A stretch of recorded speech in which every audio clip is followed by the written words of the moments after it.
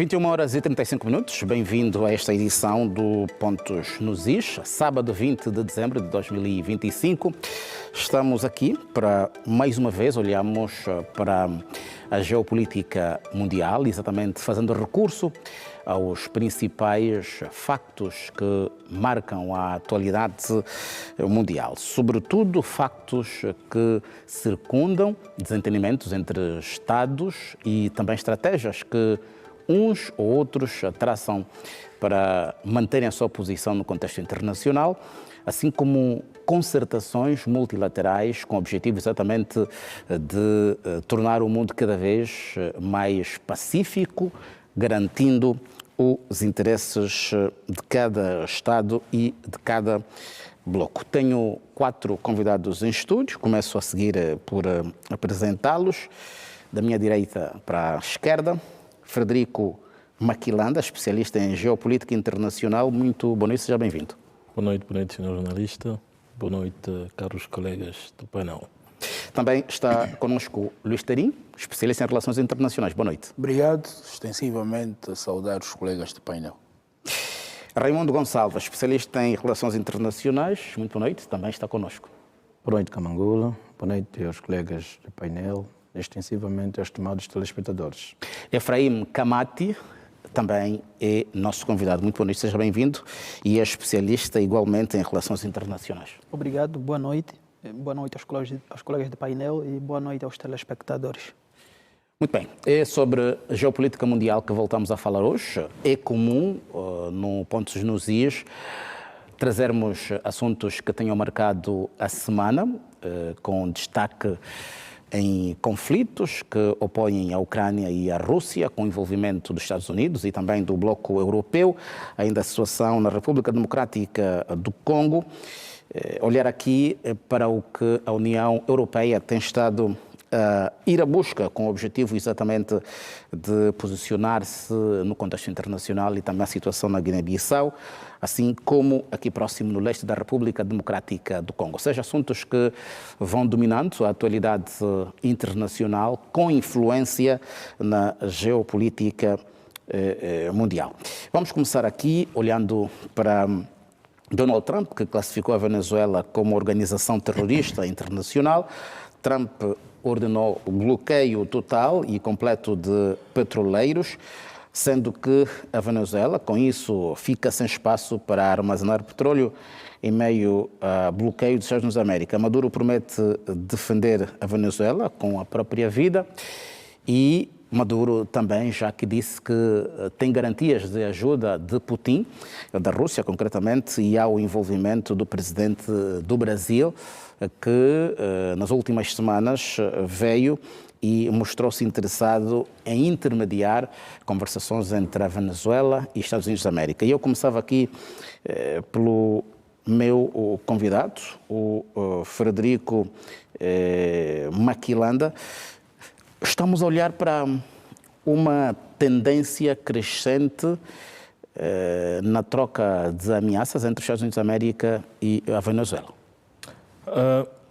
Camangula, permita-me, antes de começar a apresentar minhas sinceras condolências à família do ex-vice-presidente Fernando da Piedade Dias dos Santos, à sua família biológica e também a sua família política e Angola também em geral.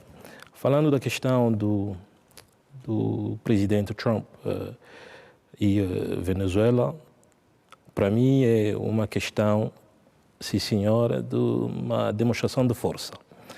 Se me permite recuar um pouco, aqui o Donald Trump, que é um presidente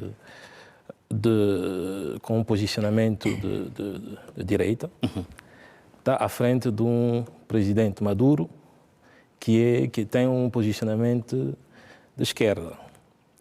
E o vizinho do presidente Maduro, que é a Guiana, onde que os Estados Unidos têm interesse no setor petrolífero. O que acontece? O presidente Maduro descobre que o vizinho fez uma descoberta de mais ou menos 11 mil milhões de Paris, em 2015, e a disputa volta aí na região do Essequibo. Então, o presidente Maduro, que alega que esta região pertence à Venezuela, os Estados Unidos olhando que tem interesse naquela região, o Donald Trump, como presidente dos Estados Unidos, está a demonstrar a sua força. E neste momento que essa geopolítica está a se passar, o presidente Maduro está à frente de uma ameaça imediata. Então, acho eu que ele tem que tomar algumas decisões, acho eu, recuar, pode ser, e tentar negociar via canais diplomáticos. Muito bem. Luís Tarim, está aqui demonstrada a vontade de Trump garantir o interesse norte-americano naquela região. Ou seja, se há muito sempre foi intenção, agora quer concretizar. Desculpa que eu diga, muito distante de ser um facto. Temos que ser coerentes aqui a afirmar que os dados anteriores mostram que, que as intenções do presidente Donald Trump não passaram de uma retórica, desculpa que eu diga, utópica. Nós temos noção que os Estados Unidos é daquele Estado que possui uma dualidade a nível do poder soft e o poder hard power, e que em algumas circunstâncias não negocia, como dizia muito bem um célebre autor chamado Frederick Ratzel. Independentemente das circunstâncias do poder de um Estado, nem sempre o uso da força é o pragmatismo de seus interesses. Estou em querer dizer que nós temos estado a acostumar a comprar uma geopolítica que hoje não fala só do uso da força, mas tem que se utilizar o poder soft. E o presidente Trump, com esta figura das ameaças, de facto não configura uma certa ameaça à Venezuela, porque de facto tem um presidente matreiro, como eu costumo aqui a dizer. E é fundamental que entendamos que, por mais que os Estados Unidos da América, hoje, na administração Donald Trump, tende a continuar esse projeto, que já se começa a entender que é um projeto de sociedade, porque desde a administração anterior do presidente Trump tem estado a tentar, digamos, tirar o presidente Maduro do poder. Mas assim não o faz, porque também temos uma Venezuela que, do ponto de vista político, tem uma organização muito diferente dos outros países. Há quem considera a Venezuela um país totalmente ditador, mas o que acontece é que, não obstante o regime, quando a população, de facto, respeita o posicionamento do líder, e nós temos que ser coerentes que o melhor regime político nunca é a democracia somente. Há outros ensaios, temos o caso da China, que de facto funcionam muito bem. Aqui a questão não está por, vamos lá dizer, criar uma figura em volta de Maduro que é um líder ditatorial. São questões ligadas à geopolítica dos recursos naturais. Temos aqui noção que, fundamentalmente, a Venezuela tem recursos ligados ao petróleo do ponto de vista de reserva que faz frente face aos Estados Unidos da América. Mas é suficiente para haver aqui uma interferência em questões internas? Eu digo que sim, porque os Estados Unidos da América, em algumas circunstâncias, no passado acostumou-se a intervir em política de Estados alheios. Pese embora viola o princípio do direito internacional, quando falamos da soberania dos Estados, viola um acordo histórico que nós costumamos a chamar a questão da própria Santa Aliança, o próprio Congresso de Viena, que fala da autonomia dos territórios.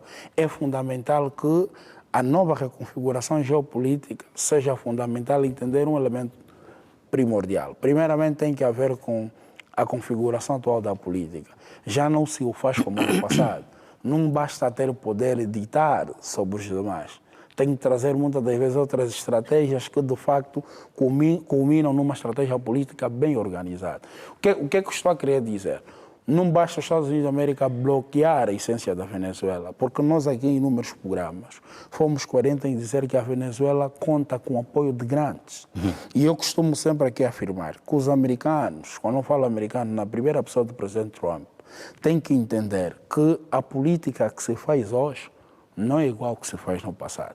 Eu reitero sempre uma máxima de Marx, que a história repete-se uma vez, não é no facto dos Estados Unidos ser, vamos lá dizer, um Estado ainda muito influente num sistema internacional, unimultipolar, mas porque tem que respeitar que hoje há potências emergentes. E eu aqui recorro às palavras do presidente Marcelo Rebelo de Sousa em sede das Nações Unidas, que a grande dificuldade da geopolítica mundial não tem que haver os inferiores sobrepores, é que os superiores não querem compreender que hoje há potências emergentes e a configuração política traz uma diversidade de atores. Portanto, os Estados Unidos da América vai continuar a tentar, porque temos um Maduro que, do ponto de vista da segurança, é firme, tem o apoio da maior parte dos países dos BRICS, tem uma economia minimamente organizada. Repara que se acabas com o petróleo, vais acabar por diminuir a exceção do governo do presidente Maduro, porque é só um governo ditatorial para aqueles que, de facto, não o apoiam. E aqui os Estados Unidos da América quer tocar na questão econômica porque, de facto, pode defraudar a governação do Maduro. O que é fundamental numa primeira nota? É entendermos que os atores, no princípio da sua racionalidade, vão defender sempre os interesses nacionais. E aqui Maduro, quando afirma com certeza que tudo vai o fazer para salvaguardar os interesses da Venezuela, recai um sentido de nacionalismo elevado e, sobretudo, confiança, porque a nível da população venezuelana há um sentido de Estado muito forte. Repara que cada venezuelano tem, de facto, muitas das vezes, um sentido de segurança fora de série. Estou a dizer, por exemplo, desde os cartéis, desde as forças civis, ou seja, há uma organização e um sentido de pátria muito elevado, como defendia o grande, digamos, o grande Péricles, em elogio da Guerra do Peloponeso. Esses todos estão dispostos a morrer pela pátria. Portanto, quando aqui o presidente Trump faz um jogo de cintura de querer fazer pressão, é mais uma das histórias que não vai pressionar a Venezuela. Exatamente. Vamos aqui ouvir também o Efraim Kamati. Está evidente que aqui, para os americanos, na voz de Donald Trump, o que interessa é garantir questões económicas. Eu questionava há pouco o Luís Terim. É suficiente para haver interferência na gestão interna de um país?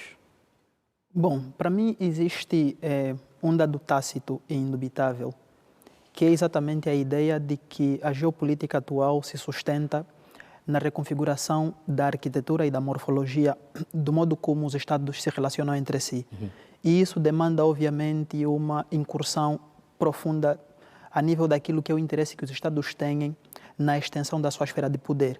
E uma coisa que nós percebemos quando estudamos relações internacionais é que nesses ambientes hostis e nos ambientes instáveis, como é, por exemplo, no que acontece na Venezuela, a aquisição de poder, que é provavelmente o grande interesse dos Estados Unidos, acaba se estabelecendo como o objetivo principal, racional e mais imediato da própria política externa estadunidense.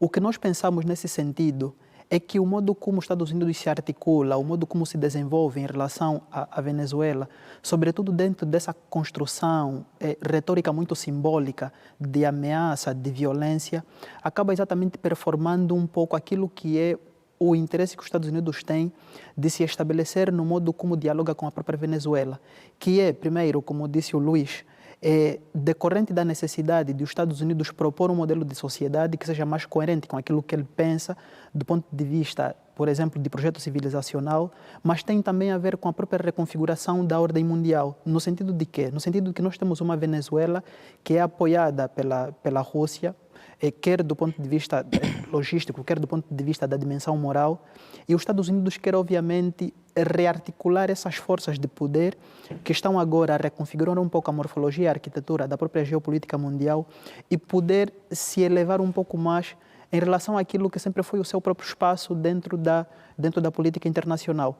E, nesse sentido, o que eu penso é que nós vamos vendo cada vez mais o aprofundamento dessa retórica simbólica do presidente Trump, mas é uma retórica simbólica que incide essencialmente sobre a profundidade do soft power que os Estados Unidos têm em relação ao modo como influencia a própria política internacional.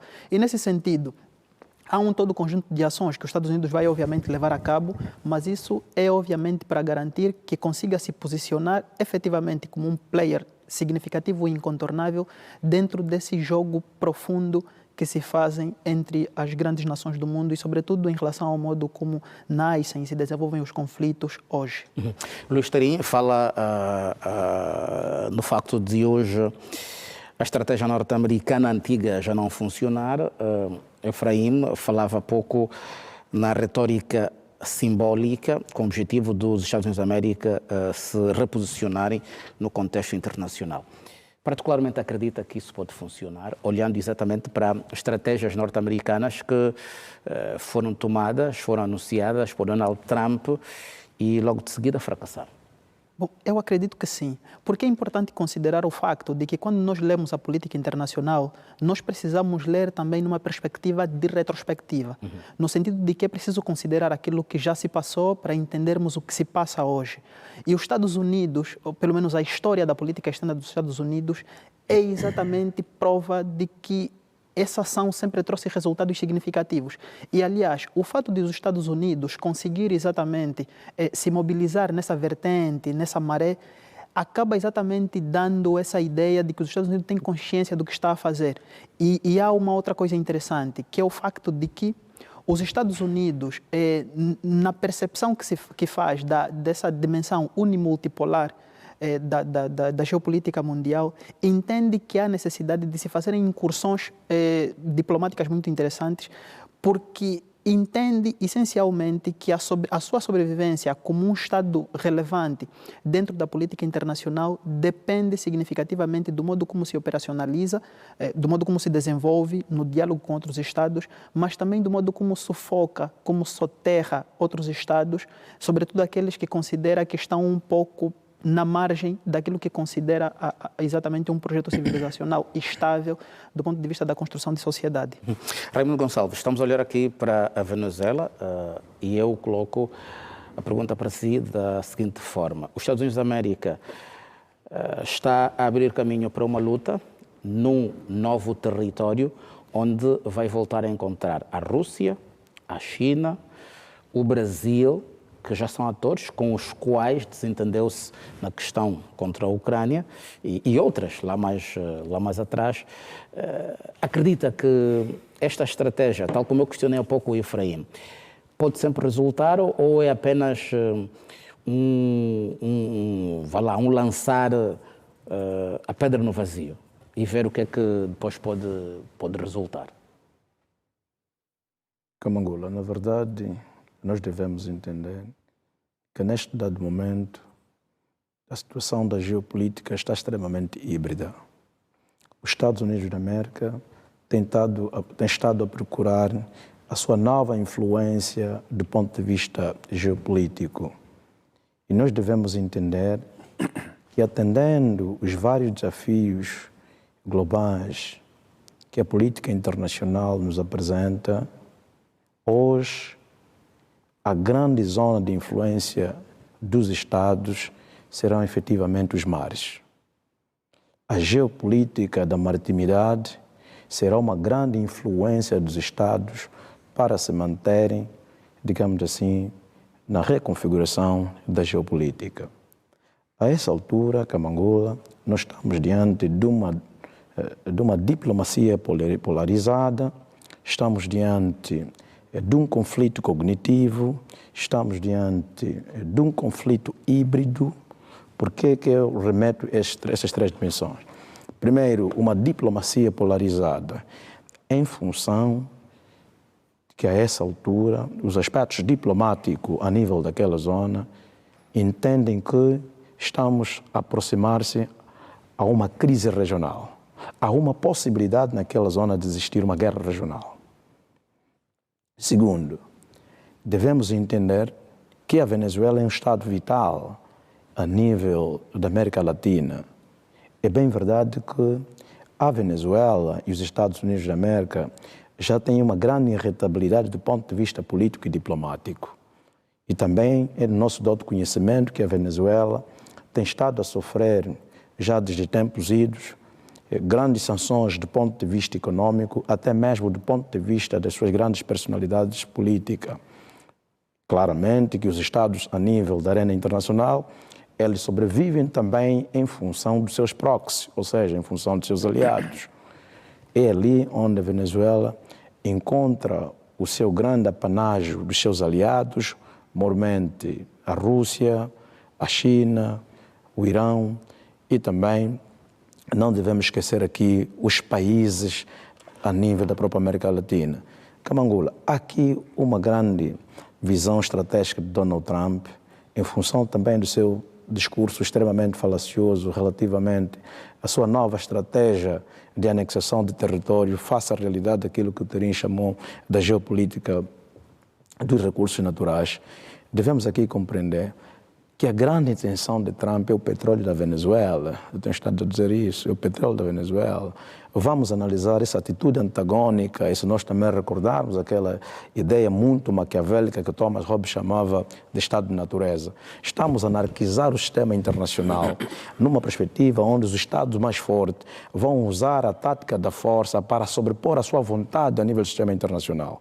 E daí vamos entrar numa grande perigosidade. Por que eu chamo disso? Eu volto a repetir aqui, Camangola, os próximos conflitos mais premente que o planeta vai apresentar vai ser o conflito dos mares. Porque a essa altura, os Estados Unidos da América entende, se não procurar salvaguardar a nível do mar das Caraíbas, ele vai começar a perder robustez. Há uma coisa que as pessoas não têm estado a entender, devem compreender, que a essa altura, a nível da América Latina, o país que tem grande robustez do ponto de vista comercial é a China. Quase os países da América Latina têm relações profícuas do ponto de vista comercial com a própria China. Significa dizer que os Estados Unidos da América têm estado a perder influência do ponto de vista econômico. E a essa altura, o que o Trump faz? Atendendo a sua retórica do famoso Inside America, onde a perspectiva, digamos assim, da economia americana, ele entende que se perdeu muito face à realidade do apoio do conflito russo-ucraniano. Ele agora está a buscar uma perspectiva de anexação de território, de ideias. Então, ele vê a Venezuela como um Estado estratégico para impor e sobrepor, quiçá, a sua forma mais robusta de se manter na política internacional. Mas aqui há uma grande dicotomia existente. Putin telefonou diretamente a Maduro, Maduro apresentou as suas preocupações, daí eu tenho estado a dizer, quando os proxies entendem salvaguardar os seus interesses do ponto de vista estratégico, quando eu digo isso porque Venezuela e a Rússia, a par de serem aliados, eles têm parcerias estratégicas do ponto de vista militar, do ponto de vista econômico. E se nós analisarmos essa pressão que os Estados Unidos têm estado a fazer nos últimos tempos à Venezuela, prende os seus grandes petroleiros, cria, digamos assim, clivagem do ponto de vista comercial e, claramente, com a grande predominância de retirar o Maduro no poder, inventando aquela também ideia muito antagônica de que o Maduro é um ditador, de que o Maduro é um fascista, de que o Maduro não é uma pessoa não grata relativamente à população venezuelana. Claramente que não é verdade. E veja, Camangola, os Estados, do ponto de vista estratégico, vão sempre procurar salvaguardar os seus interesses nacionais. E os interesses nacionais, elas podem ser vitais e concomitantemente permanentes. E claramente que a salvaguarda da integridade do ponto de vista territorial vai ser extremamente permanente. Daí é que o Maduro diz, ele vai lutar com a Venezuela até as últimas consequências, onde, se for possível, vai doar a sua vida. Isto é muito grave. Exatamente. E o presidente brasileiro hoje mesmo alertou para a situação que pode derivar caso os Estados Unidos da América avance com a invasão na Venezuela. Diz Lula da Silva que pode ser uma catástrofe, ou dar numa catástrofe humanitária, olhando exatamente para a densidade populacional da Venezuela, o posicionamento em si. Geoestratégico, é aquilo que eu disse. Eu dizia que a Venezuela é um Estado vital a nível da América Latina. E a par disso, os seus proxies não vão deixar a Venezuela isolado. Mas, Raimundo, Putin... aqui é importante um elemento, e estavas a dizer muito bem sobre os modos exuberantes da política externa americana. O que nós temos que entender, e é fundamental, é o presidente Donald Trump e a sua administração, a estratégia de utilizar muitas das vezes o bluff, entre outras técnicas, para salvaguardar os seus interesses nacionais, na atual geopolítica não vai funcionar, porque o outro lado, e como costumamos aqui a constituir a Rússia, sobretudo os BRICS, utiliza uma filosofia diplomática cujos interesses é win-win, em que o diálogo é primordial. O Raimundo disse aqui há pouco que o presidente Putin ligou para o presidente Maduro. É o sentido, o respeito e a reciprocidade entre as partes. Esse dilema de que quem dita mais sobre o uso da força para ameaçar a outrem e influenciar o desvio das negociações em prol dos seus interesses não funciona na geopolítica atual, porque a ideia de ter potências emergentes é que o outro lado, estou a dizer aqueles que apoiam a Rússia, entenderam que a melhor forma de lidar com seus aliados é salvaguardar os interesses desses e muitas das vezes por via da diplomacia de uma cooperação win-win. Os Estados Unidos da América insistem, né? Insistem e fazem facto todos os dias. Só uma questão aqui, Camangulo, que é muito fundamental. Os Estados Unidos da América, a par de trazer o pressuposto da força para se manter a nível do sistema internacional, tem agora uma grande irritabilidade político-diplomática com os seus grandes parceiros internacionais. Eu estou a me referir aos 27 países da União Europeia. E a essa altura, Donald Trump entende procurar, claramente, agora ele entende procurar outros proxies a nível do sistema internacional, onde ele pode efetivamente se manter e se reafirmar do ponto de vista econômico. Mas tudo vai acabar se diluindo nos mesmos atores. Vamos e agora, vou já dar a palavra ao Federico. E aqui haverá, há aqui uma crise que depois poderá também afetar aquilo que é a estratégia da própria NATO. Há irritabilidade entre os parceiros. Já está afetado. E vê o que vai acontecer. Estados Unidos da América, se entrar numa guerra direita com a Venezuela, faz parte da NATO, se usarem a aplicabilidade do artigo 5º da NATO, onde a questão, quando um membro da NATO vai a famosa defesa coletiva, será que essa perspectiva da defesa coletiva não vai ser repensada em função também da grande irritabilidade que existe entre os parceiros ocidentais? E aí questionava, acredita que os Estados Unidos da América vai mesmo avançar com a invasão? O Trump afirma, mas o Trump é daqueles presidentes que ele governa muito com a perspectiva de retórica e muitas vezes a retórica de Trump genera-se em falácia, se me permite a expressão. Frederico, estamos a olhar aqui para uma situação meramente política onde os Estados Unidos da América faz demonstração de força todos os dias. Concordo plenamente com meus colegas panelistas, mas volto a insistir que nós aqui estamos a falar da geopolítica, demonstração de força. Geopolítica não é minha igreja. Aliás, o próprio presidente Maduro está a fazer uma demonstração de força contra Guiana, neste momento, alegando que a região esse Quibio pertence à Venezuela. Por quê? É uma região rica, não só com petróleo, mas também com ouro, minerais críticos. Então, acho eu que... Tanto um como o outro está exatamente a usar a mesma estratégia. E, aliás, se recuamos atrás, no tempo do presidente Hugo Chávez, o que aconteceu? Eles nacionalizaram os ativos da ExxonMobil. O que aconteceu? A ExxonMobil saiu da Venezuela, investiu na Guiana, começou a sua exploração em 2007, 2008, fez uma grande descoberta em 2015. Aliás, nós conseguimos ver, mesmo o produto interno bruto da Guiana, que saiu de mais ou menos 2, 3, 5 mil milhões de dólares, em 2015, 2019, até hoje, nós estamos aqui a falar de um PIB de mais ou menos 5 vezes, o presidente Maduro não está feliz. Ele começa a recuar e reclamando um território, segundo ele, que pertence, historicamente falando, à Venezuela. Então, o presidente Trump também não vai deixar isso acontecer, porque ele tem interesses lá, nessa região. Acho que nós podemos nos perder. Estamos aqui a falar da geopolítica, demonstração de força. Maduro está a fazer uma demonstração de força contra a Guiana e o presidente Trump, que tem seus interesses na Guiana também, começou a fazer uma demonstração de força. E, aliás, passaram uma lei para anexar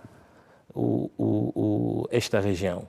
O presidente Maduro, ainda este ano, tinha decidido de nomear um governador na região esse equívoco. Eu acho que é um pouco daquilo que se vive hoje, né? Se nós trouxermos aqui, vamos lá dizer, tentar enquadrar os eixos, tal como a questão da Guiana, se nós ir para a China, tem Taiwan, se irmos para cada um com o seu pendente. Efraim, para fechar de conversa, as suas considerações em relação a esta questão, Estados Unidos da América e Venezuela? Bom, eu penso que há essa percepção que nós temos a nível da geopolítica, da política externa, das relações internacionais, que é a ideia de que a capacidade de sobrevivência de um Estado depende profundamente da sua capacidade de fazer diplomacia.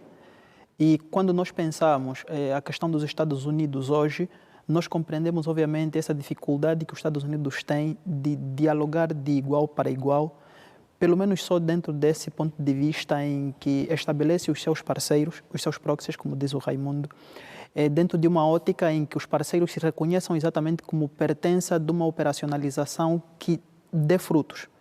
E eu acho que essa é exatamente a grande dificuldade que os Estados Unidos têm hoje dentro do modo como se relaciona com os outros Estados. E, aliás, o fato, por exemplo, dos Estados Unidos ter essa antipatia agora com os Estados da União Europeia acaba traduzindo um pouco da sua fragilidade no modo como se estabelece no desenvolvimento da própria geopolítica mundial.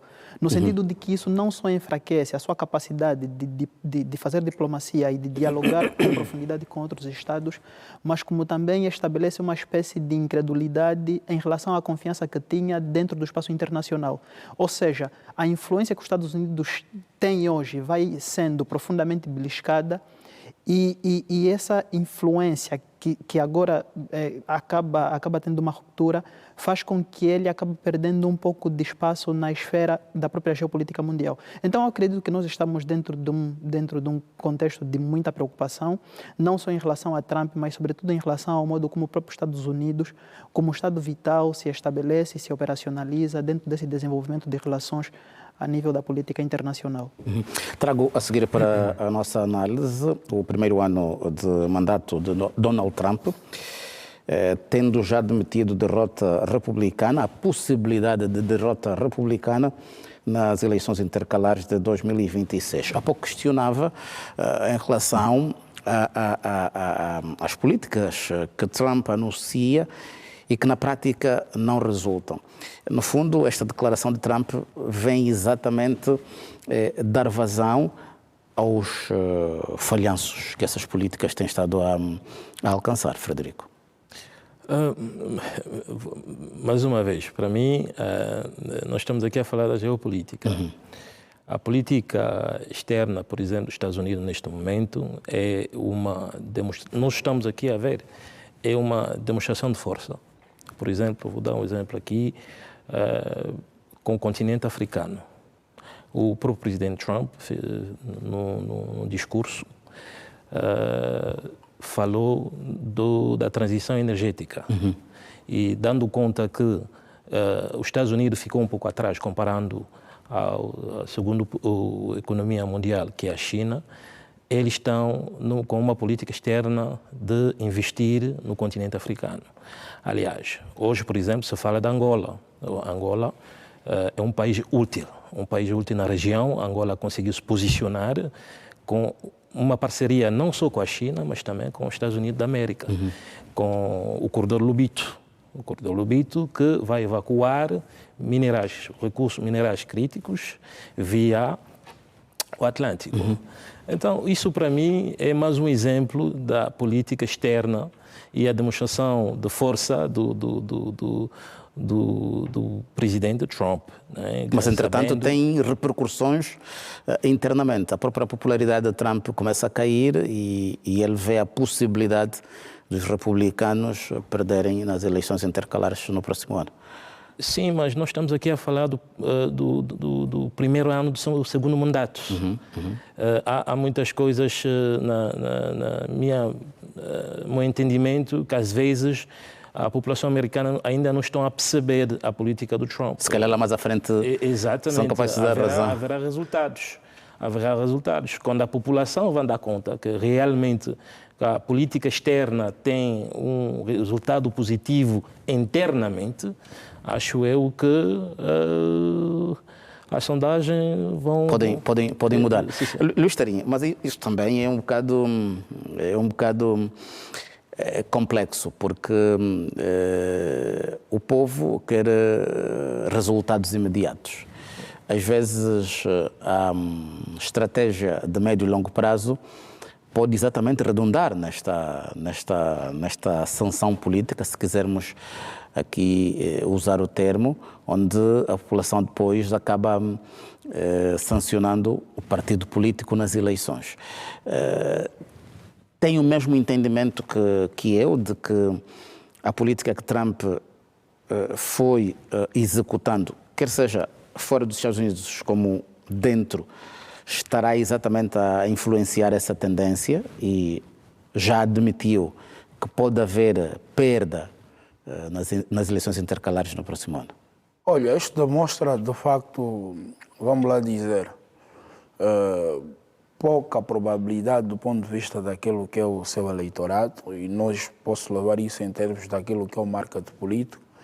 Muitas das vezes o que o candidato em exercício ou representante de uma força ou de um grupo de interesse subscreve pode concomitantemente influenciar negativamente o posicionamento daqueles que são apoiantes, digamos, da força política que na qual o presidente Donald Trump representa. Repara que nós temos que olhar também para um certo tradicionalismo da política norte-americana.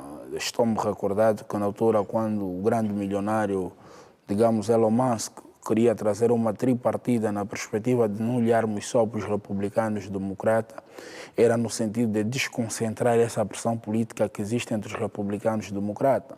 Mas quem conhece, do ponto de vista cronológico, a essência da política externa norte-americana, ou seja, a política interna norte-americana, entende que é uma política tradicional. Ora ganhas tu, ora ganha eu.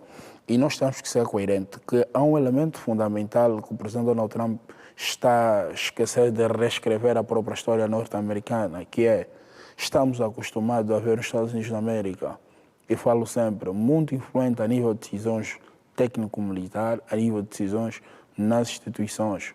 Mas o presidente Trump esquece que os Estados Unidos da América é o que é porque conservou bem alguns feitos históricos que lhe dão status quo de superpotência. Olhar para a diplomacia econômica, de facto, reduz os Estados Unidos da América como um ator fundamental a nível do institucionalismo, falo da ONU, entre outras instituições, e a nível da política externa tradicional, digamos, da Europa, sem desprimor do processo do Plano Marshall, entre outros. O que é que eu estou a querer dizer? O que o Donald Trump apresenta hoje vai refletir no processo histórico do seu partido.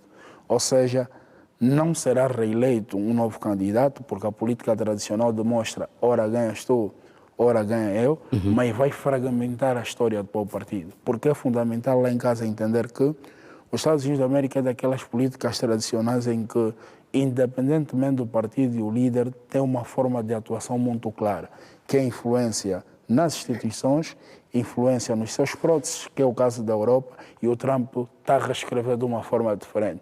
Não basta olhar para o aspecto econômico, tem que olhar para o aspecto geoestratégico. E o presidente Trump não é muito estratégico.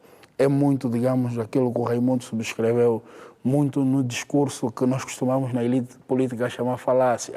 Ou seja, o líder não é que tem que ser maquiavélico no seu todo, mas tem que ser inteligente o suficiente para sustentar as bases do idealismo, e foi defendido na altura pelo presidente, digamos, Woodrow Wilson, com os 14 pontos. Isso influenciou o status quo dos Estados Unidos nas instituições.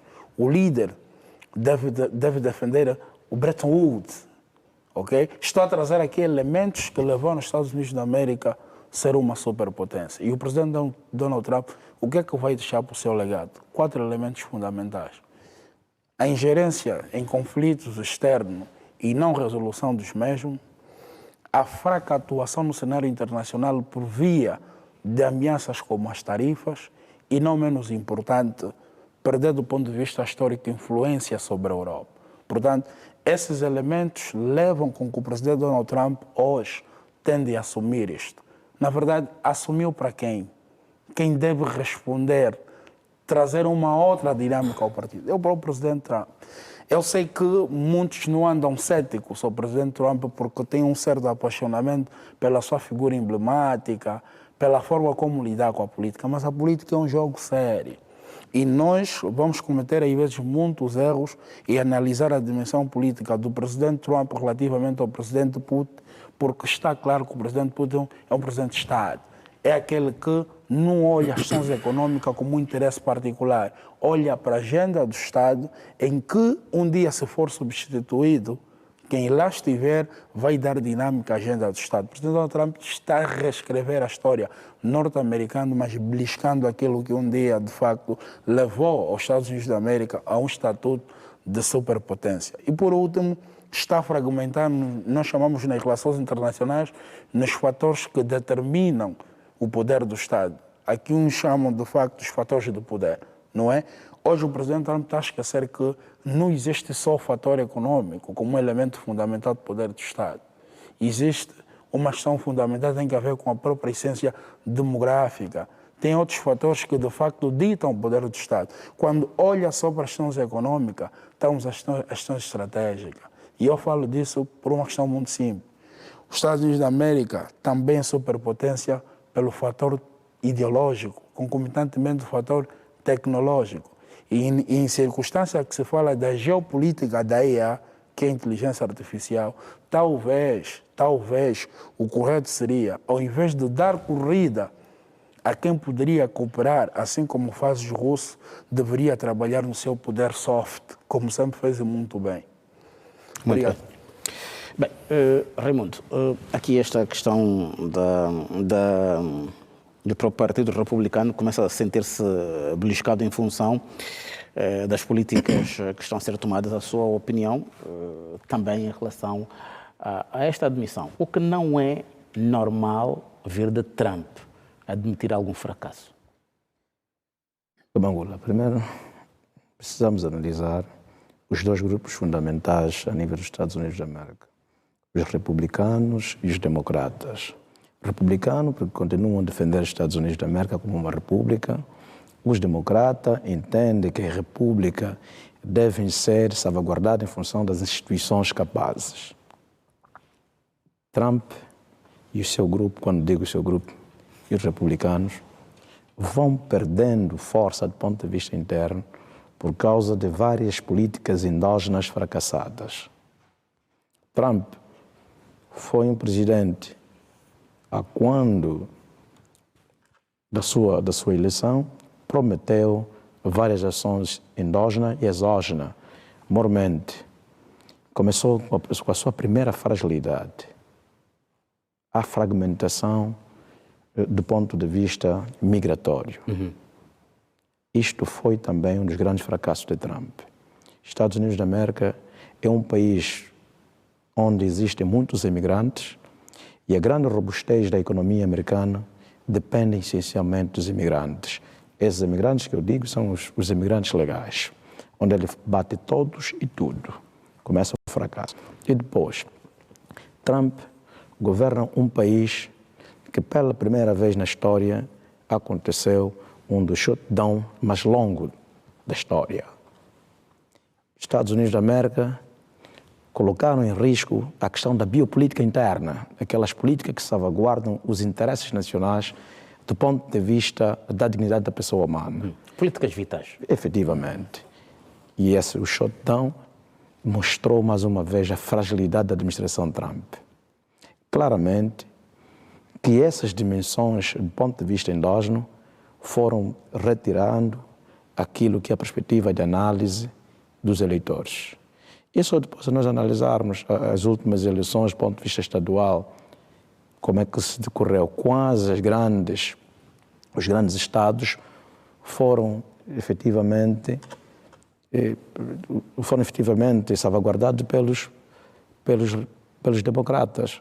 E a essa altura, o outro problema de Trump, do ponto de vista exógeno, tem a ver com a guerra da Ucrânia. A guerra da Ucrânia continua a ser um dos grandes pontos de estrangulamento para a economia americana. Daí que o Trump apresentou a perspectiva determinar em pouco tempo assim que subiu ao poder, também fracassou, não conseguiu aplicar a estratégia da salvaguarda dos interesses nacionais mais uma vez. Daí é que até agora os Estados Unidos da América começa a ter problema no sentido da estratégia da segurança nacional. E a segurança nacional dos países como Angola depende do ponto de vista interno e externo. E hoje está muito mais alargado, depende do próprio indivíduo, das próprias instituições, da própria sociedade em causa.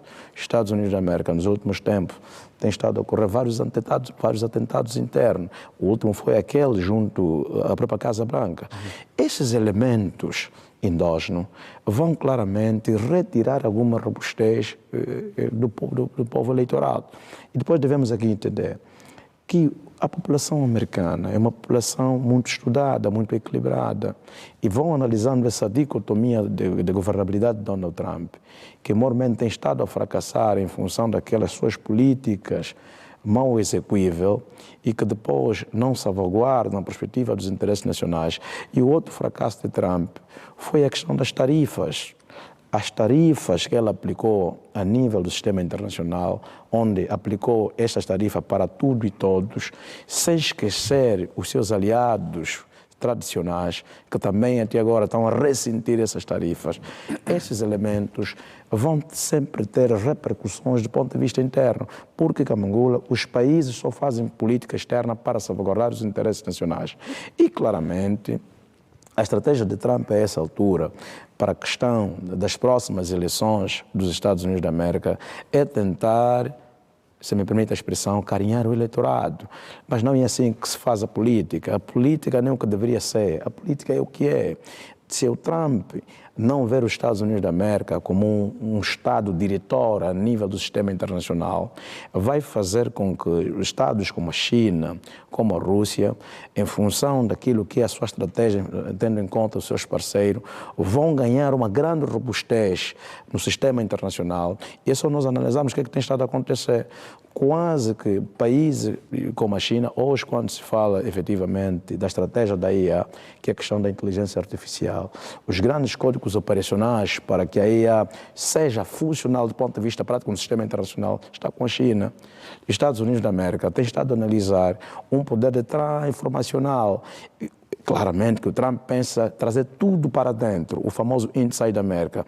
Esse projeto fragmentou o sistema internacional, mostrou que o Donald Trump está a defender a questão do unilateralismo e hoje o mundo, numa perspectiva mais ampliada de análise, estão a pensar no multilateralismo. E quem tem estado a trazer essa narrativa? Mormente tem sido a China, tem sido os BRICS, Lula da Silva quase tem sido o seu discurso do dia a dia, chamar essa perspectiva da governança global, onde a salvaguarda dos interesses da coletividade devem estar na ribalta, mas infelizmente Trump pensa que devemos pensar primeiro América, segundo América, só depois América é que deve faz seu ar. Só depois tem que pensar. Para concluir, é para dizer o quê? Trump não será reeleito porque Trump falhou do ponto de vista interno, falhou também do ponto de vista externo. E eu faço aqui o questionamento ao Efraim, mas há alguma possibilidade de dar volta à situação, politicamente falando? Acredito que não. Primeiro porque não existe um eleitorado tão volátil, tão volúvel como é o eleitorado dos Estados Unidos. E não é à toa, por exemplo, que as grandes teorias do comportamento eleitoral e intenção de voto surgiram exatamente nos Estados Unidos da América. É exatamente por causa dessa dimensão volátil que os próprios eleitores têm em relação ao modo como entendem as dinâmicas do próprio processo eleitoral e da própria dinâmica política. E nesse momento nós estamos diante de uma dimensão muito sensível, um contexto em que os republicanos acabam tendo a sua própria dimensão de influência muito comprometida pelo pragmatismo ineficiente de Trump, quer a nível da política interna, quer a nível da política externa.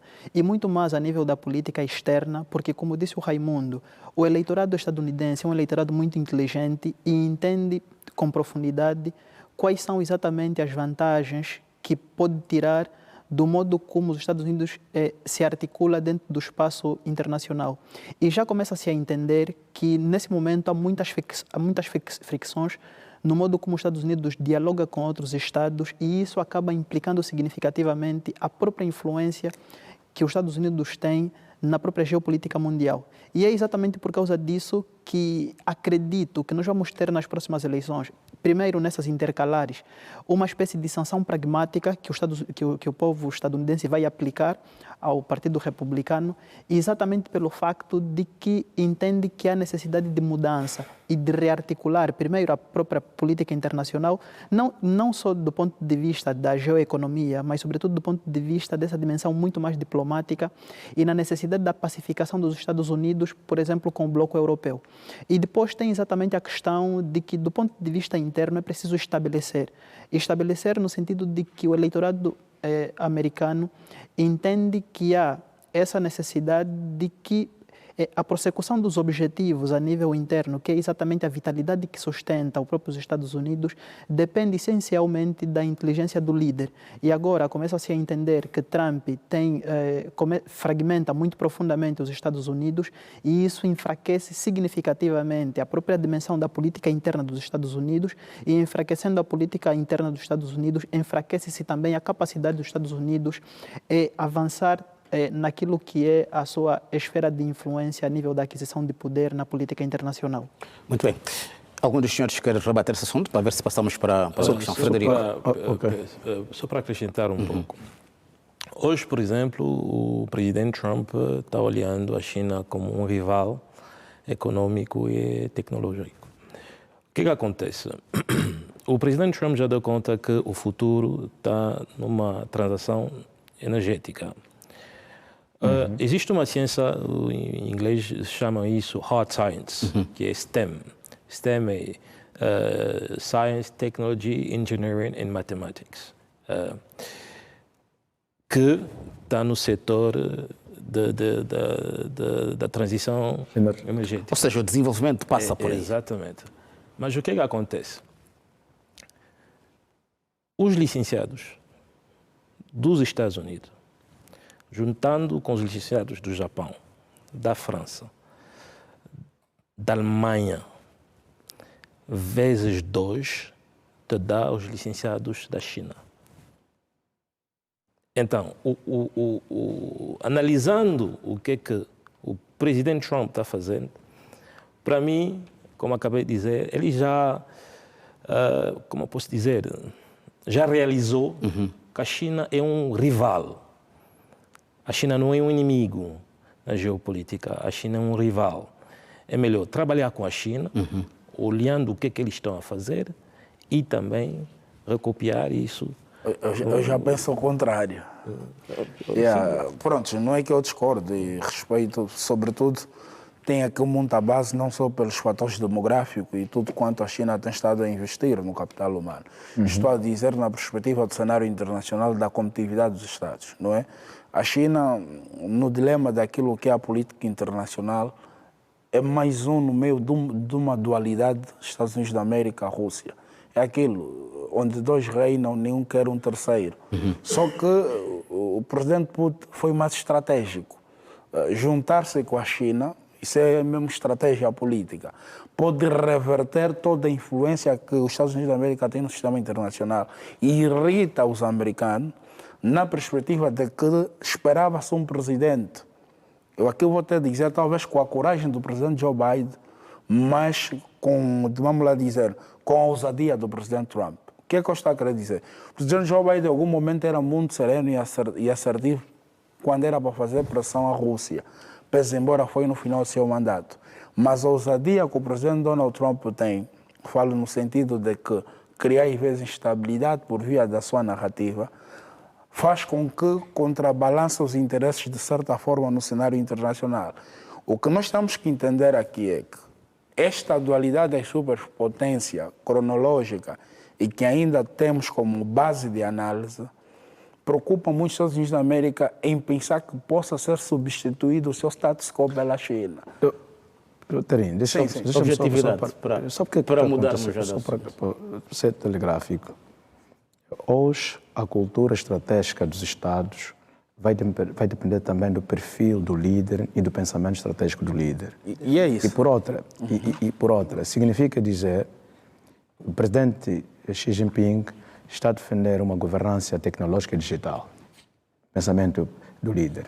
O presidente Donald Trump está a defender uma teoria transformacional, onde a perspectiva da economia tem de ser vista dentro da América. Aqui também a perspectiva do Frederico enquadra-se. E o presidente, deixa-me só para consolidar.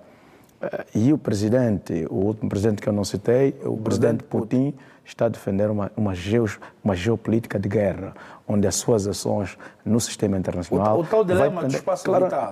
Claramente vai depender da força para salvaguardar os seus interesses Muito bem, internacionais. meus senhores, vamos passar para outro assunto. Vamos olhar aqui para a Europa. O Conselho Europeu reuniu-se esta semana, tendo chegado a acordo para o apoio à Ucrânia com 90 mil milhões de dólares norte-americanos. A Bélgica está contra a mobilização desses ativos. O Donald Trump diz que a Ucrânia demora muito para agir nas conversas de paz. E vamos acolar a isso as manifestações que os agricultores estão a realizar na Bélgica face ao acordo entre a União Europeia e o Mercosul. Ou seja, a Europa vai em busca da sua afirmação com estratégias, mas esta última reunião do Conselho Europeu veio demonstrar que os pontos de vista estão muito divergentes. Terim. Olha, a Europa está num clima exaustivo. O que é que eu estou a querer dizer em poucas palavras? Tal como sustentava a Bela Balassa no fenômeno da integração, que é o que o David Metrano dizia também, o comprometimento de algumas funções comprometem-se a outras. Isso ultrapassou-se e é fundamental que a União Europeia entenda que é preciso alterar um pouco o realismo daquilo que era o seu projeto de sociedade. Ou seja, tal como nós costumamos aqui a criticar a União Africana, temos de ser coerentes em criticar que a União Europeia também já não está a conseguir dar resposta a alguns problemas que seus Estados enfrentam, principalmente algumas crises por satisfação das populações.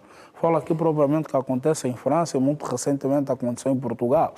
E nós aqui ignorar esses elementos, que de facto parte daquilo é preocupação da própria organização, porque ela surge para dar resposta ao problema dos seus Estados-membros, traduz-se também numa política externa multilateral.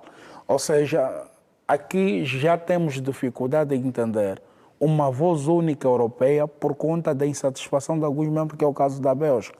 Ou seja, hoje já se tende a contrabalançar porque estreitar uma cooperação, e é histórica, com o Mercosul, porque nós temos noção que a maior parte dessas integrações regionais buscam experiência na Europa, muito por conta do cenário geopolítico que a própria Europa vive. Neste momento mobiliza-se 90 mil milhões, nós chamamos bilhões, para ajudar a Ucrânia, mas a fruto de quê? Porque hoje a Ucrânia está no meio, porque a Europa desistiu em concreto dos interesses estratégicos que tinha na Ucrânia pela vulnerabilidade face ao governo de Vladimir Putin, relativamente a um apoio que se esperava da América após a substituição da administração do presidente Joe Biden. Ou seja, hoje a Europa também está num dilema de buscar parceiros estratégicos, fazer referência à própria cimeira que tivemos aqui em Angola, porque há uma dualidade interessante, a sobrevivência da própria Europa como um fenômeno de integração histórico e, sobretudo, os desafios que hoje ela enfrenta num cenário multipolar. Nós temos que ser coerentes em dizer que a Europa vai perdendo terreno em função do bloco econômico emergente que são os BRICS. Isso é fundamental. E outro elemento é a economia dos países europeus não está estável do ponto de vista macro. E aqui evidenciar esforço para apoiar, digamos, seletivamente uma Ucrânia devastada, sem projeto de sociedade, com uma grande aspiração de retorno financeiro, de facto passa por ser um financiamento aquém das expectativas. Porque o que se esperava no meio dessa situação é um posicionamento perene dos Estados Unidos da América relativamente à NATO. Porque nós temos noção que é o grande financiador e a Europa está, digamos, como uma panela sem tampa, porque perdeu o apoio mais concretizado dos Estados Unidos da América.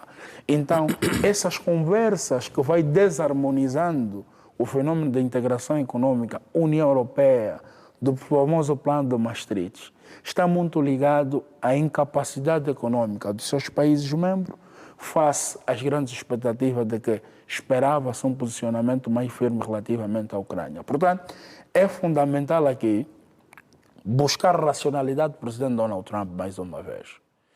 E eu não apelo isso no sentido de ser anti-Trump, como se calhar possa se perceber na minha explanação.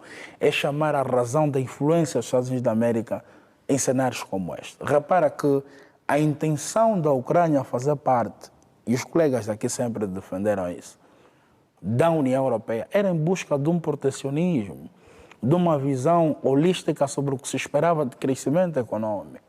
Isso não funcionou porque o grande, poderoso presidente Vladimir Putin, nas calmas, com uma certa mestria, contornou isso muito bem. Agora, quais as razões levavam a Ucrânia a entrar? Era uma salvaguarda dos seus interesses, mas, sobretudo, ser uma prótese de aproximação dos Estados Unidos da América face à Rússia. Por que que, no princípio da racionalidade dos Estados Unidos da América, não defende incansavelmente a questão de continuar a olhar para a Ucrânia?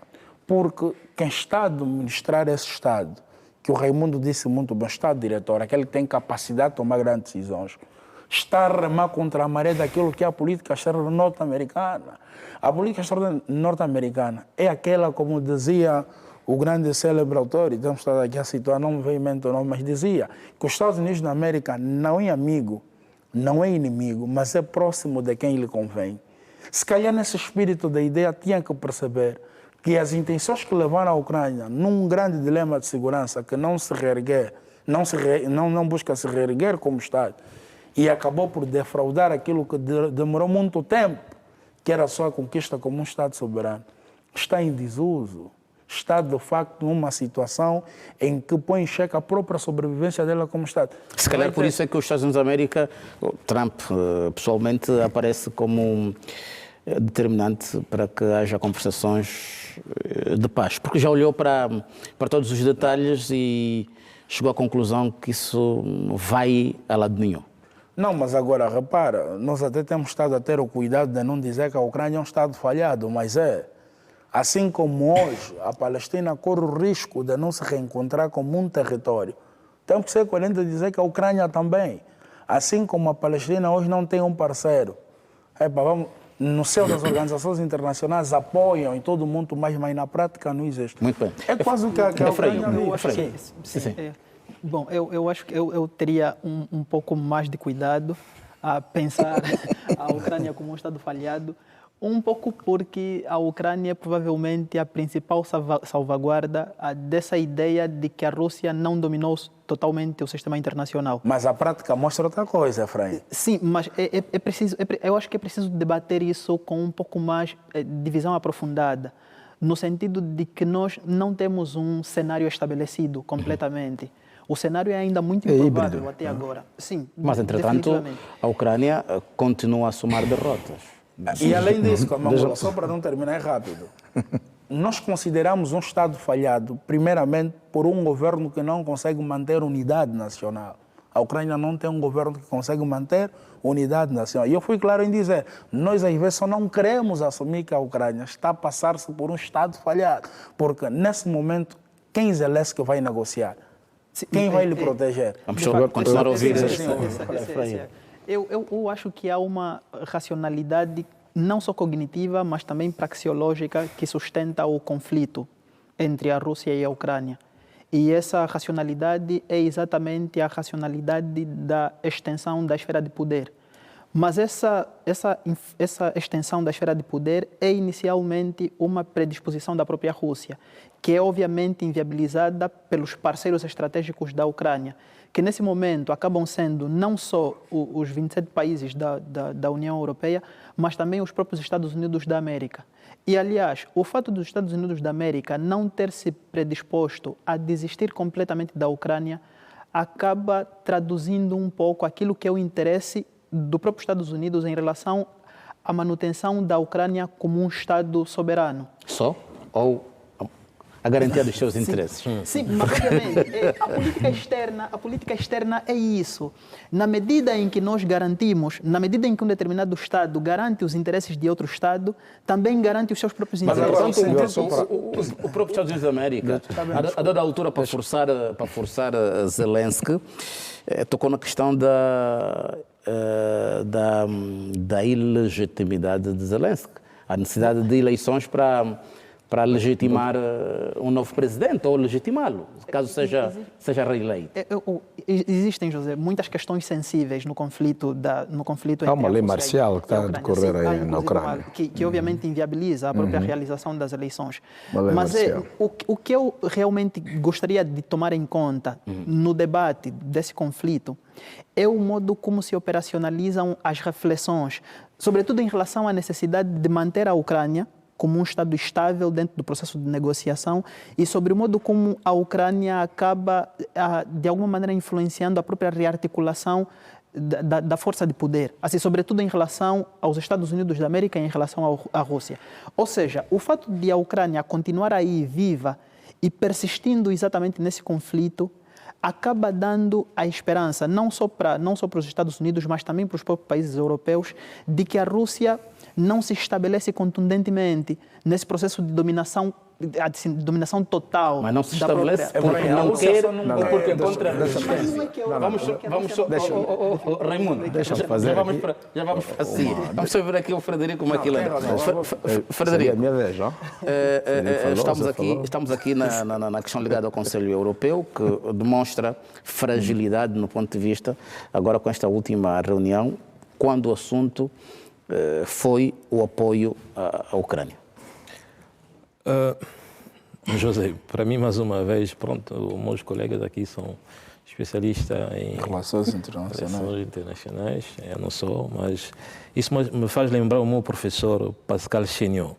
Ele sempre insiste na geopolítica, temos de ter cuidado com os termos que nós estamos a usar. A Bélgica apresentou suas condições para desbloquear os fundos. Se falava de questões jurídicas, garantias da parte dos outros membros e as condições foram rejeitadas. Os membros rejeitaram completamente. Mais uma vez, isso é uma demonstração de força da parte da Rússia. Pode ser uma demonstração de força silenciosa, mas os membros rejeitaram as condições. Porque a Bélgica disse, olha, o banco, ou seja, a instituição financeira Euroclear, que tem sua sede aqui em Bruxelas, nós já bloqueamos o fundo, podemos usar esse fundo, mas vocês têm que aceitar essas condições para nos proteger. Rejeitaram as condições. No outro lado, para não demonstrar ao mundo a fraqueza, aliás, da União Europeia, eles decidiram de avançar com um empréstimo de 90 milhões de euros. Por quê? Para demonstrar também ao presidente Trump que a Europa consegue sozinho. Uma questão de orgulho. Exatamente. Contigo, sem os Estados Unidos, nós conseguimos avançar. E é isso que aconteceu. Mas também tem aqui um ponto muito importante para frisar, é que nós estamos aqui a falar que este dinheiro vai para a Ucrânia e 60% vai para a defesa, 60% vai para o apoio militar contra esta guerra. Onde é que a Ucrânia vai comprar os armamentos? Um grande questionamento. Vamos ver o Raimundo e depois passamos para outro tema. Bem, eu fui ouvindo os meus colegas atentamente. Camangola, devemos aqui entender, até aproveitando que estamos na quadra natalícia, a Europa está em água de bacalhau, está muito salgada. Eu vou dizer o porquê que a Europa está em água de bacalhau. Primeiro, é a nova estratégia de ir à procura do Mercosul. Essa estratégia já está a caminho de 25 anos que não aprovam. Significa dizer, a fragilidade política e econômica da Europa está a fazer com que este bloco vai procurando outros blocos, porque vamos recordar o que aconteceu em Luanda com a própria União Europeia, também veio procurar novas parcerias estratégicas em África e claramente está a ver a questão do Mercosul para salvaguardar também os interesses do ponto de vista comercial. Mas aqui há um problema. A esta altura, é este Mercosul que também agora o Trump criou turbulência naquela zona. É esta Europa que também tem problema com o Trump. Significa dizer que a Europa estava a tentar se reconfigurar em África para melhor salvaguardar seus interesses. Mas o fim único é que a Europa, em função da perca de credibilidade do seu principal aliado, que é os Estados Unidos da América, está a começar a ter fragilidades sérias. Significa dizer que a Europa nunca, com os últimos 20 anos, viver sem os Estados Unidos da América. Infelizmente, o único ponto que os Estados Unidos da América vai utilizar para puxar a Europa é a NATO, mas em função de novas posições de apoio bélico e para a compra desse material. Há aqui uma grande perigosidade que os meus colegas não frisarem, e eu vou frisar aqui. Esse dinheiro que a Europa quer angariar para concomitantemente salvaguardar a teoria belicista do Estado ucraniano, aí tem um grande perigo que pode generar uma guerra direita entre a Europa e a própria Rússia. Putin já chamou disso de pilhagem, roubo. São os ativos russos que estão congelados nos países europeus, que eles querem tirar esses ativos e transferirem para a esfera do Estado ucraniano para criar uma robustez do ponto de vista estratégico para continuar a sua política militar para com o Estado russo. Segundo, haverá uma grande necessidade dos Estados europeus a terem calma relativamente à sua arquitetura de segurança. Os dois principais Estados que têm grande robustez, um econômico e outro bélico, nesse caso me refiro à Alemanha, que tem peso econômico, e a França, que tem efetivamente o peso bélico. Primeiro, um tem estado a se debruçar com vários problemas econômicos, o outro, que é a França, em menos de um ano foi trocando tantos governos, há uma corda bamba entre eles, não há compreensão. Todos esses elementos endógenos a nível da própria União Europeia, em função dos seus Estados-membros, vai efetivamente fragmentando aquilo que é a sua estratégia da sua política externa. Agora, o que se deve ter calma é que a guerra na Ucrânia, as pessoas têm que entender, a Ucrânia é um espaço vital para o Estado russo. Quem recordar a memória estratégica do Estado russo vai entender que a salvaguarda da segurança da Rússia depende da Ucrânia. Razão pela qual o ponto fraturante deste conflito... O conflito tem mesmo a ver com isso. E claramente, e o ponto fraturante deste conflito é a não entrada da Ucrânia na NATO. O ponto fraturante deste conflito é a não entrada da Ucrânia na União Europeia. Porque o Zelensky, daí que o Trump também chama de Zelensky de um indivíduo espécie de um sapato apertado, não quer ouvir. Quando ele diz que não quer ouvir, ele está a dizer, tu nem na NATO tu vais entrar, nem na União Europeia tu vais. Camangola, só por um facto. O presidente Zelensky tem estado a insistir em função do artigo 5º da NATO. Ele sente-se, se eu entrar na NATO, as minhas garantias de segurança, em função do artigo 5º, onde todos poderão entrar em bloco, seria a minha resolução estratégica. Mas o mundo ocidental já mostrou que não tem capacidade para dissolver uma Rússia que se preparou do ponto de vista bélico, do ponto de vista econômico e até com seus proxies. Está consistente nessa guerra com a Ucrânia? Não, há uma coisa que os líderes têm e eu gosto muito do perfil, de gostar aqui com a devida aspas de Putin, só por um facto, a sua paciência estratégica de analisar os conflitos. Putin sempre esteve calmo. As pessoas nunca entendiam que aquele conflito, a parte daquilo que eu chamei de memória estratégica de 12 Estados, tem que ver com a questão da salvaguarda do seu tecido histórico e social. E tem aqui essa nova problemática da anexação dos territórios, Camangola. Por que que o Putin entende que aqueles territórios pró-russos, né, Donetsk, Zaporizhia, Eu acho que o Putin está a fazer aquilo que um dia o Adolf Hitler fez em 1936. porque olha, claramente, porque ele, Mas não ele ninguém entende. consegue lidar ao ultimato, né? E aí está a preocupação dos Estados europeus. Vê a fragmentação do Estado europeu a essa altura relativamente a esse conflito. Quem conhece bem a Hungria, o Viktor Orbán, sempre foi cético do apoio da União Europeia ao Estado ucraniano. O Viktor Orbán já tinha esse pensamento, que o Estado russo estava preparado para investir neste conflito até as últimas consequências. Exatamente. E aí estamos. Por isso, volto a dizer, se não existir um ponto convergente entre os Estados Unidos da América e a União Europeia, Zelensky corre o risco de perder territórios em função da aplicabilidade da força. Zelensky corre o risco de perder alguma soberania do ponto de vista territorial. Zelensky corre o risco de um dia ser culpado por aquele povo em função da destruição Então, esses massiva. fatores não consideram estar-se a afirmar no Estado Mas claramente, porque o Putin...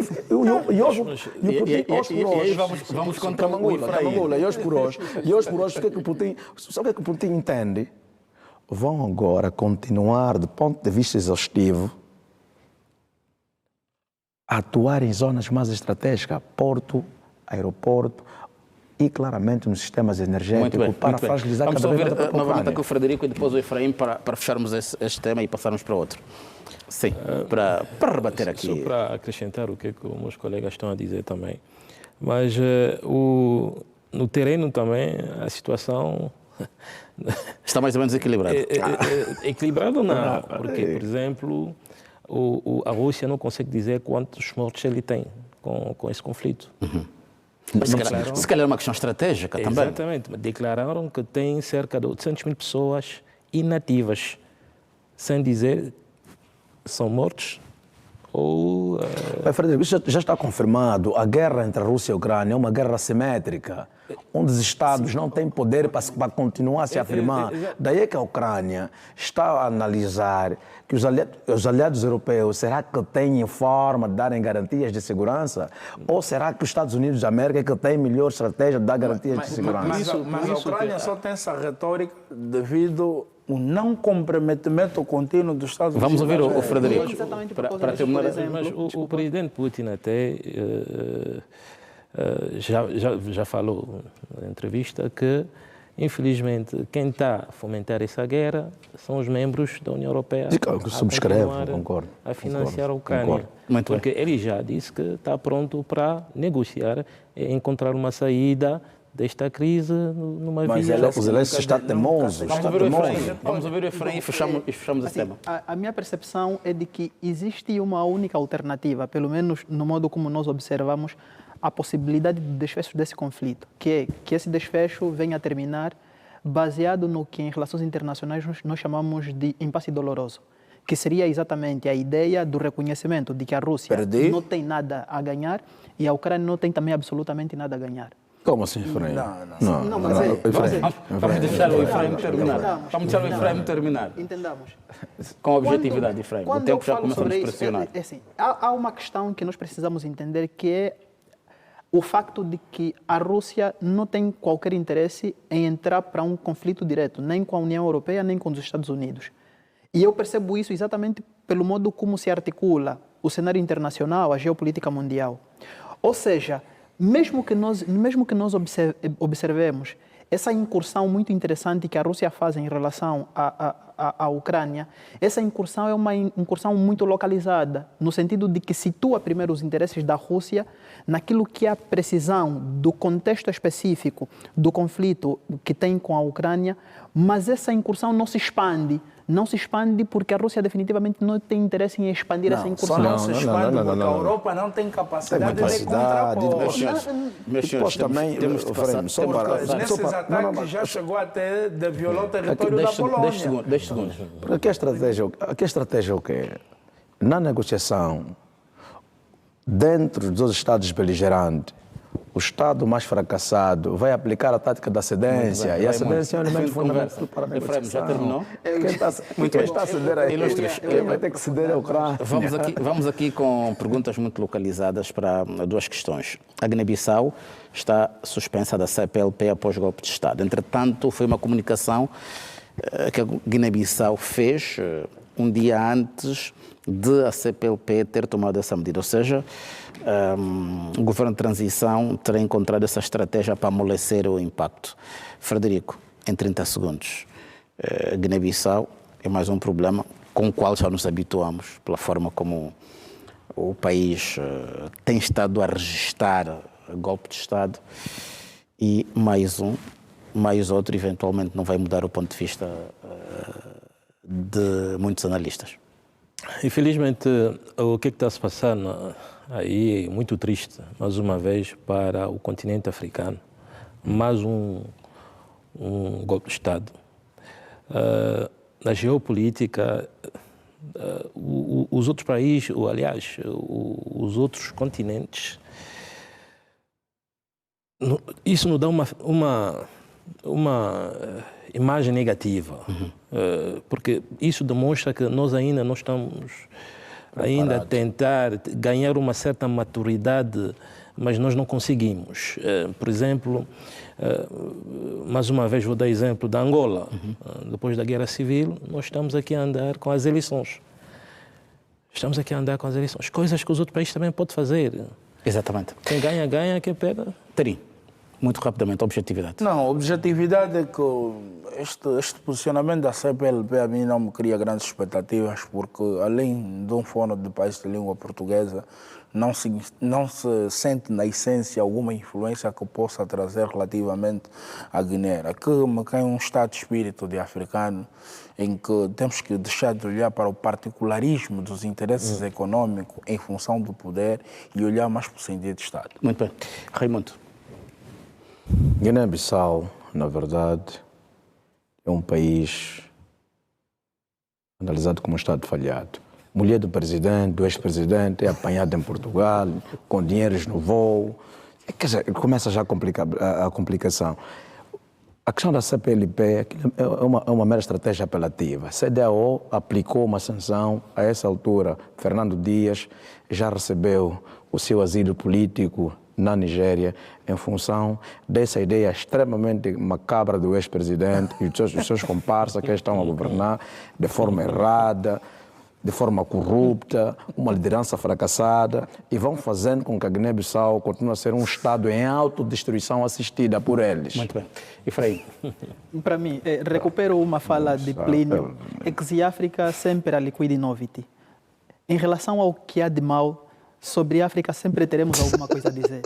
E é isso. E eu acho que essa situação da Guiné-Bissau acaba exatamente traduzindo essa ideia. Guiné-Bissau, nesse momento, não é só instável, mas apresenta-se também como um estado de resolução impossível. E então eu acho que isso vai se perpetuar no tempo, sobretudo porque nós estamos a vir de uma história de perto de 15 anos em que as eleições são sempre instáveis. E não acredito que essa suspensão acabe trazendo alguma coisa concreta, efetiva e significativa para a Guiné-Bissau.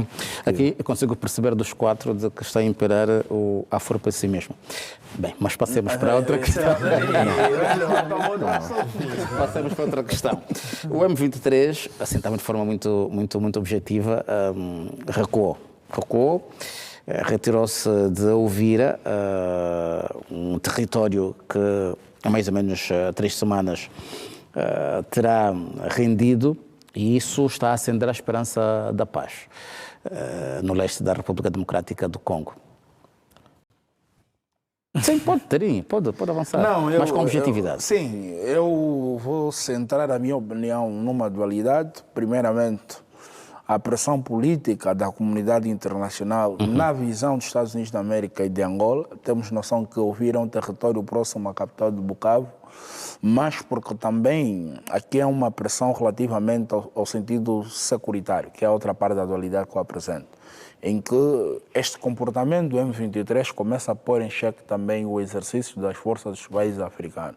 Ou seja, já não é um problema propriamente do Congo Democrático, e até porque tenho estado a dizer que a RDC faz fronteira com mais 9 países e, do ponto de vista securitário, é uma preocupação, digamos, da própria região dos Grandes Lagos. A título conclusivo, este posicionamento, já sendo otimista, demonstra que uma certa intenção, não concretizada ainda, de olhar para aqueles mecanismos outrora assinados, mas não está na base só do diploma assinado, está no posicionamento das partes que presenciaram, que é o caso dos Estados Unidos da América, e que são despertados no sentido de segurança para a paz de Angola. Frederico. Esta questão, para mim, é, mais uma vez, a geopolítica. A RDC e o Ruanda assinaram os acordos de Washington para a paz e prosperidade. Contou com a presença do presidente João Lourenço, o presidente do Burundi, o presidente do Quênia, o presidente do Uganda tinha mandado a vice-presidente. E havia aí 2 pontos, especialmente no CONOPS. CONOPS, que é o conceito das operações, para ser também respeitado, que fazia parte dos acordos do junho, que os 2 ministros das Relações Exteriores assinaram. O Ruanda sempre negou não ter nada a ver com M23, pelo menos oficialmente. Só que o que é que nós constatamos? A semana passada, a ministra do Congo, no Conselho, lá no Conselho de Segurança... Madame Thérèse. Exatamente. Brevidade, Frederico. Sim, pressionou que a outra parte não estava a respeitar a resolução 2773. E nós vimos que os Estados Unidos apontou o dedo ao Ruanda. E, de repente, isso até parece magia. Ruanda, que sempre diz que não tem nada a ver com o M23. Apareceu. M23 publicou que fez um comunicado a dizer que vamos sair da Uvira, segundo... Aliás, deram as condições, mas não sei o que está acontecendo no terreno, mas saíram da Uvira sem ver as suas condições ser respeitadas. Resolvidas. Muito bem. Raimundo, objetividade. Não importa a cor do gato, são 23 horas, temos que sair. Claro, não importa a cor do gato, o mais importante é caçar o rato. Com isso eu quero dizer o seguinte: é importante que se deve dar espaço nos autores não estatais. O M23 é um autor não estatal. Hoje, a nível da configuração da segurança dos Estados, os autores não estatais são os grandes pontos de estrangulamento para a salvaguarda da segurança dos Estados. Se o M23 não for tido em conta em várias negociações, quer seja em Doha, como concomitantemente a nível, digamos assim, de Washington, D.C., poderá empregar a questão da paz e segurança na RDC, porque já se descobriu que a grande problemática da RDC é o seu discurso, é os seus recursos naturais, aquilo que também o grande escritor dizia, o Tim Marshall, a RDC é um prisioneiro da geografia, por ele ser tão rico e tão grande, onde todos querem debitar os seus recursos. E o Ruanda é o principal debitador dos recursos. Para de conversa. Bom, eu não tenho muito otimismo em relação a isso, não só pelo facto de que o conflito no Congo se reconfigura permanentemente, mas sobretudo porque, para mim, existe a necessidade do estabelecimento de mecanismos de segurança vinculativos, que é exatamente o que não existe. Primeiro, no Acordo de Doha e depois no Acordo de Washington.